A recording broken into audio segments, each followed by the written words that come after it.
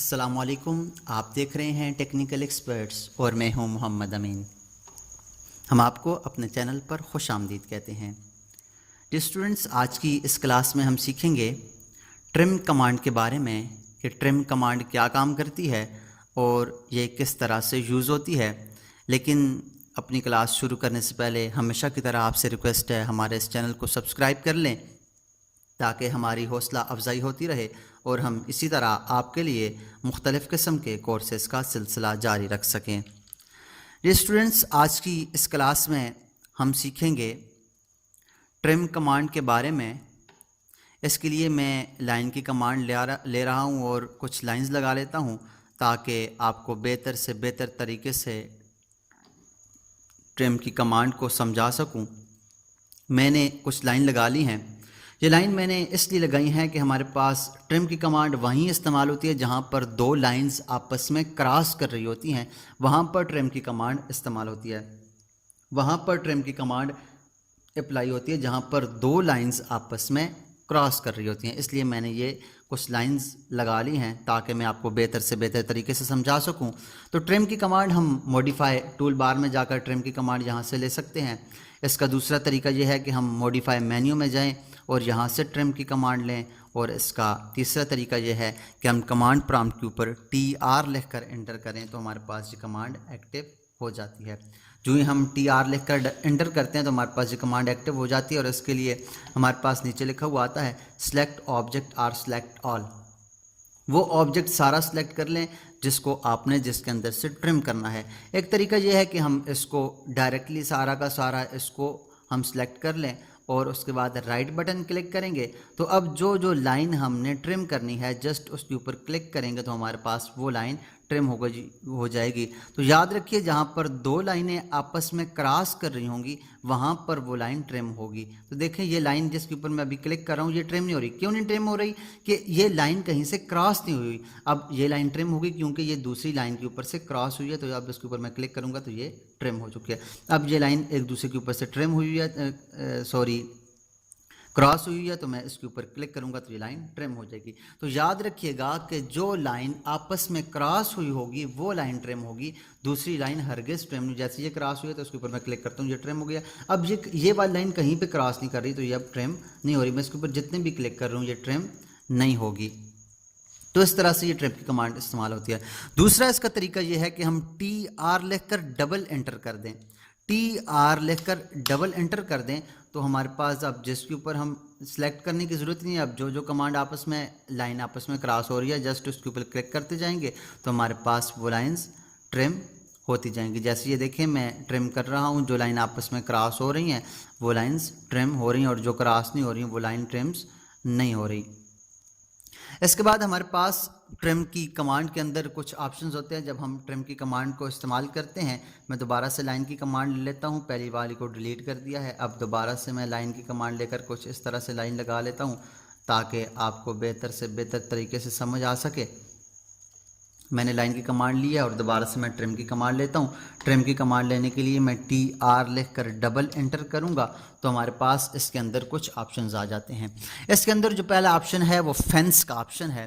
Fence के option में क्या होता है कि हम फेंस बनाते हैं, जैसे कांटा तार होती है, फेंस बनाते हैं, एक लाइन लगाते हैं, आपस में एक लाइन लगाते हैं। जो लाइन हमारे पास जहाँ से गुजरेगी, जिस जगह से गुजरेगी वहाँ से उसको ट्रिम, अगर वो लाइन ट्रिम हो रही हैं, अगर वो लाइन आपस में क्रॉस हो रही हैं तो वो उसको ट्रिम कर देगा। उसके लिए मैं ट्रिम फेंस के लिए F लिख के एंटर करूँगा और अब कह रहा है स्पेसिफाई फर्स्ट फेंस पॉइंट। मैं यहाँ से क्लिक कर स्टार्ट करता हूँ, यहाँ पर क्लिक किया, यहाँ पर क्लिक किया, इधर क्लिक किया, यहाँ क्लिक किया, यहाँ क्लिक किया, इधर क्लिक किया। तो आप देखें जहाँ पे मैं लाइन गुजार रहा हूँ तो जहाँ से वो लाइन ट्रिम होना थी, जहाँ से लाइन गुजरी और जिस जगह से ट्रिम होना थी आपस में क्रॉस होती हैं, वो सारी लाइंस आपस में ट्रिम हो चुकी हैं। तो ये है हमारे पास ट्रिम की कमांड। उसके बाद हमारे पास इसके अंदर जो दूसरा ऑप्शन है वो है क्रॉसिंग का। क्रॉसिंग के लिए मैं C लिख के एंटर करता हूँ। तो क्रॉसिंग क्या होता है कि हम क्रॉसिंग के अंदर एक क्रॉसिंग विंडो बनाते हैं।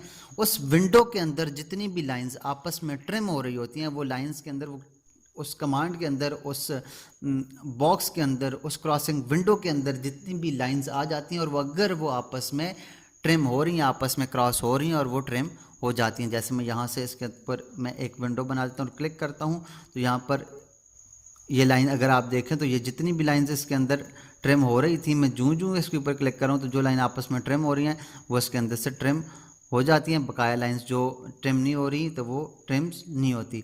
तो आप देखें कि यहाँ पर ये जो लाइन इसके अंदर से ट्रिम होना थी वो सारी की सारी ट्रिम्स हो चुकी हैं। तो इस तरह से हम ट्रिम्स की कमांड को इस्तेमाल कर सकते हैं। उसके बाद हमारे पास जो अगला ऑप्शन है वो है इसके अंदर ट्रिम के अंदर एज का ऑप्शन है। तो एज के ऑप्शन को हम किस तरह से यूज़ करते हैं, इसके लिए मैं पहले लाइंस लगा लेता हूँ कुछ। मैं यहाँ पर एक लाइन लगा लेता हूँ, यहाँ पर एक लाइन लगाई, उसके बाद मैं यहाँ एक लाइन लगा लेता हूँ, उसके बाद मैं एक लाइन यहाँ पर लगा लेता हूँ ताकि आपको बेहतर से बेहतर तरीके से समझा सकूँ। ये लाइन मैंने लगा ली है। अब उसके बाद जो ट्रिम के अंदर अगला ऑप्शन है, मैं TR लिखकर डबल एंटर करता हूँ। उसका अगला ऑप्शन है एज का। एज क्या है कि हम जिस एज तक ये एक्सटेंड होगी उस एज तक ट्रिम होगा।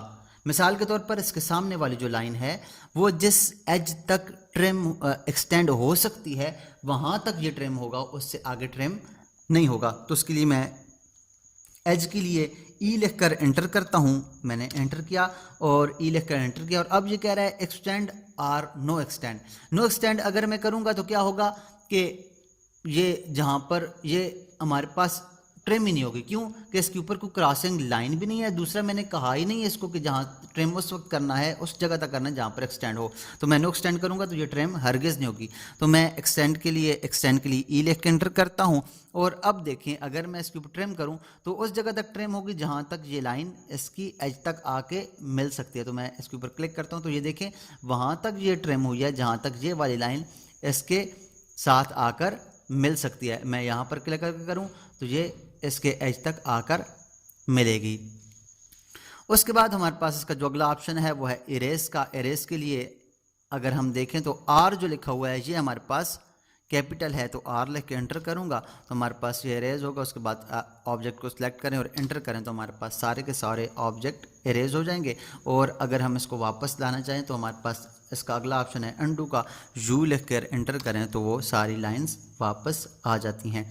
तो ये थी हमारे पास ट्रिम की कमांड। उम्मीद करते हैं आपको समझ आई होगी, बेहतर से बेहतर समझ आई होगी। अगर आपको हमारी ये क्लास ट्रिम के बारे में समझ आई है तो ज़रूर हमारी इस वीडियो को लाइक कीजिएगा। अगर कोई बात समझ नहीं हो तो कमेंट्स कीजिएगा और अगर सही समझ आई हो तो उसके लिए भी कमेंट्स में हमें बताइएगा और इसको अपने दोस्तों के साथ भी शेयर कीजिएगा।